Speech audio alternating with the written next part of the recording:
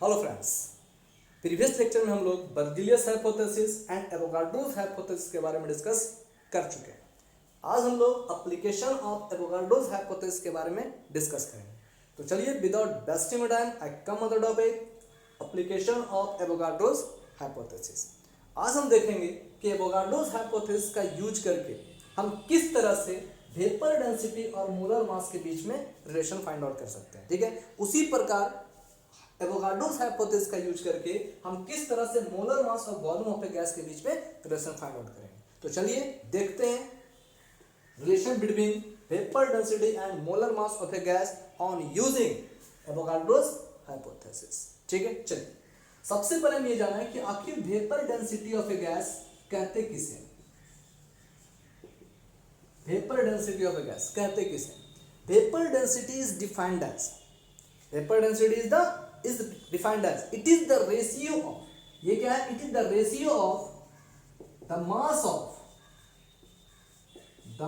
of certain volume of a gas to the mass of same volume of hydrogen gas at STP।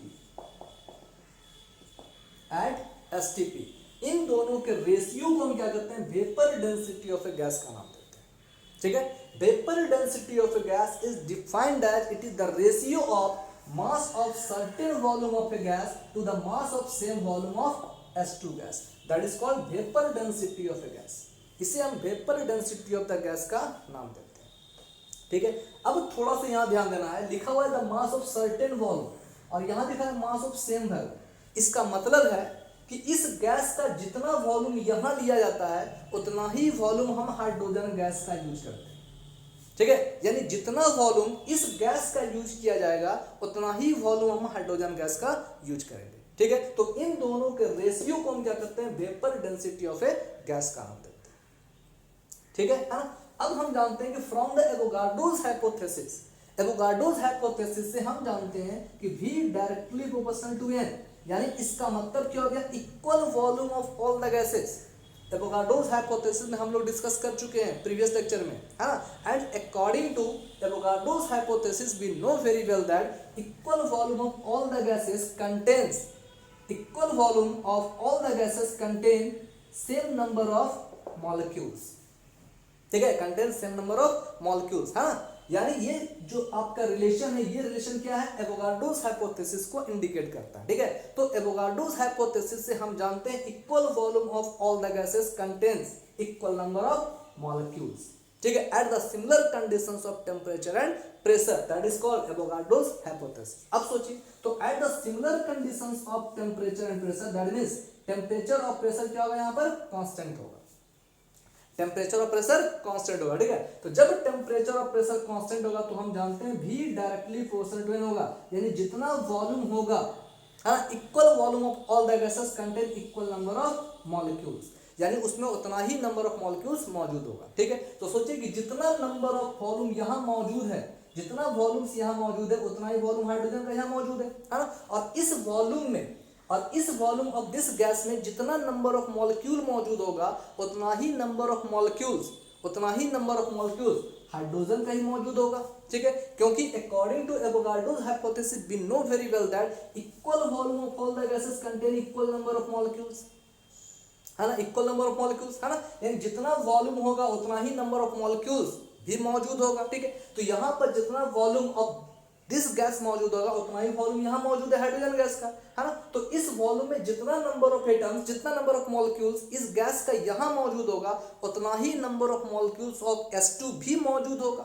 ठीक है, hence in another word we can say vapour density of a gas is equal to mass of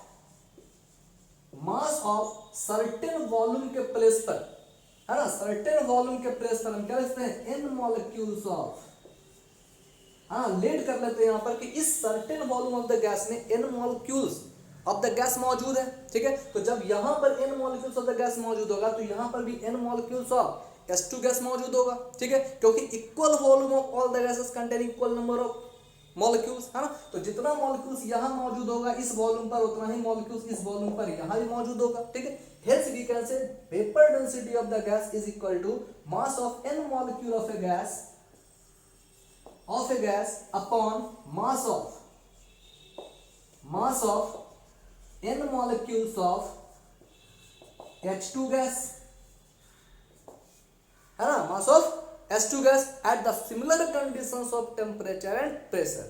एक चीज याद रखना यहाँ पर कि temperature और प्रेशर यहाँ पर क्या है, कांस्टेंट है, ठीक है। चलिए अब ध्यान दीजिए, तो अगर यहाँ पर n मॉलिक्यूल्स मौजूद है तो यहाँ पर भी n मॉलिक्यूल्स मौजूद है। अगर यहाँ एक मॉलिक्यूल मौजूद होता तो यहाँ पर भी एक मॉलिक्यूल मौजूद है। अगर यहाँ पर एवोगाड्रोस नंबर मौजूद होता तो यहाँ पर भी एवोगाड्रोस नंबर मौजूद होता, ठीक है। तो again we can say vapour density of a gas is equal to mass of 6.022 into 10 to the power 23 molecules of a gas upon mass of 6.022 into 10 to the power 23 molecules of H2 gas at the similar conditions of temperature and pressure is equal to vapor density of the gas, ठीक है। तो यहाँ पर जितना number of molecules यहाँ होगा उतना ही यहाँ होगा। अगर यहाँ नंबर ऑफ मॉलिक्यूल्स इतना है तो यहाँ पर नंबर ऑफ मॉलिक्यूल्स भी इतना ही होगा, ठीक है ना। चलिए अब देखिए, ठीक है, अगेन अब हम जानते हैं कि vapour density of a gas is equal to mass of इतना मॉलिक्यूल्स ऑफ ए गैस। और हम जानते हैं मास ऑफ इतना मॉलिक्यूल्स को हम क्या कहते हैं, molar mass of the gas कहते हैं, ठीक है। मास of 6.022 into 10 to the power 23 molecules, that is called molar mass of the gas, है ना। Hence we can say vapor density of a gas is equal to molar mass of a gas upon molar mass of H2 gas, molar mass of H2 gas। और हम जानते हैं कि hydrogen का molar mass कितना होता है, 2 gram, ठीक है। Molar mass of hydrogen gas is equal to 2 gram. Hence we can say vapour density of a gas is equal to molar mass of the gas upon 2। Hence, molar mass of a gas is equal to 2 into vapor density of the gas.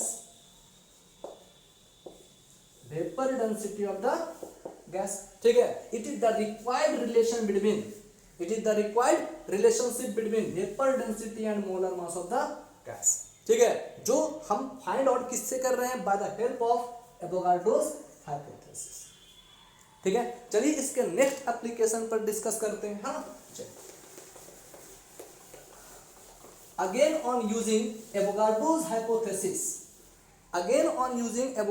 Hypothesis we can also find out the relation between molar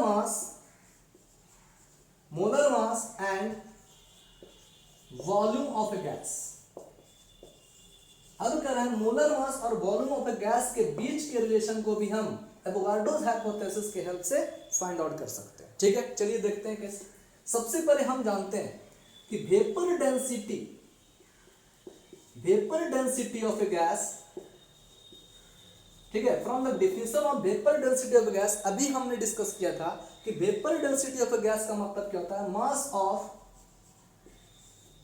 of certain volume of a gas upon mass of same volume of H2 gas at STP, ठीक है। that is called vapor density of a gas, ठीक है। R is equal, आप देख लीजिए अभी हमने बताया कि जितना वॉल्यूम यहां होना चाहिए उतना ही वॉल्यूम हाइड्रोजन का होना चाहिए, ठीक। तो अगर यहां पर हम ले रहे हैं मास of 1 litre volume of a gas, अगर यहां पर इस गैस का वॉल्यूम अगर हम 1 लीटर ले रहे हैं तो यहां पर भी 1 लीटर ही होगा हाइड्रोजन गैस का वॉल्यूम, है ना। इसलिए mass of 1 litre of a gas to the mass of 1 litre of hydrogen gas at STP, ठीक है, is equal to vapour density of a gas, ठीक है, is equal to vapour density of the gas, है ना, और is equal to अब हम जानते हैं कि मास of 1 litre of H2 gas, ठीक है, वी नो दैट, इसे याद रखना है थोड़ा सा, we know that mass of 1 liter of H2 gas at STP is equal to 0.089 gram, 0.089 gram, ठीक है। कह रहा है कि 1 लीटर हाइड्रोजन गैस का मास जो होता है एट STP कितना होता है, 0.089 ग्राम होता है, ठीक है। So on putting the value of S2 gas, so on putting the value of the mass of 1 liter of H2 gas in this equation, हाँ, अब हम क्या कर रहे हैं, इसका वैल्यू जो है, इसका वैल्यू हम इस इक्वेशन में पुट कर रहे हैं, ठीक है। तो on putting the value of mass of 1 litre of H2 gas at this equation we get, हम क्या गेट करते हैं, चलिए देखते हैं, ठीक है। चलिए, तो कर रहे हैं यहाँ पर कि vapour density of the gas is equal to mass of 1 litre of a gas, 1 litre gas upon 0.089 gram of hydrogen at STP, ठीक है, हाँ। चलिए अब देखिए,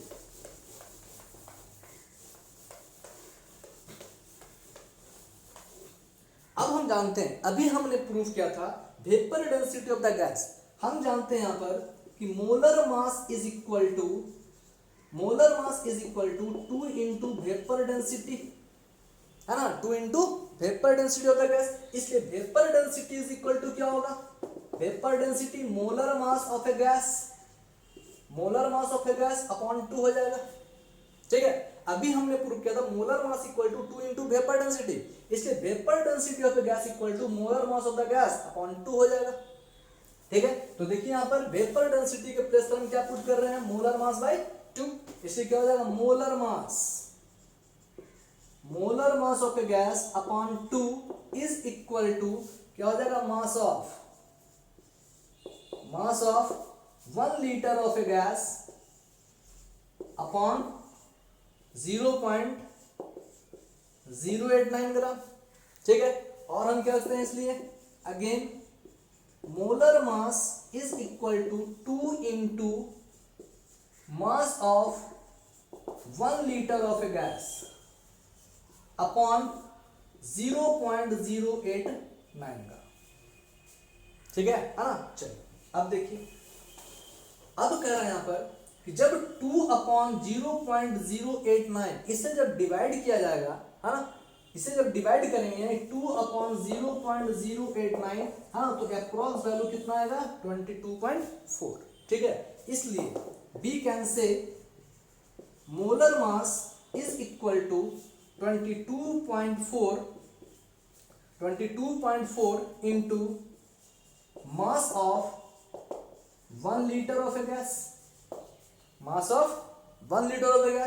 और इज इक्वल टू 22 और we can say mass of 22.4 litre volume of a gas at STP is equal to molar mass of a gas, ठीक है। It is the required relationship between molar mass and the volume of the gas, है ना, molar mass and volume of the gas, ठीक है। तो इस तरह से हम एवोगाड्रोस हाइपोथेसिस का यूज करके we can find out the relation between density and molar mass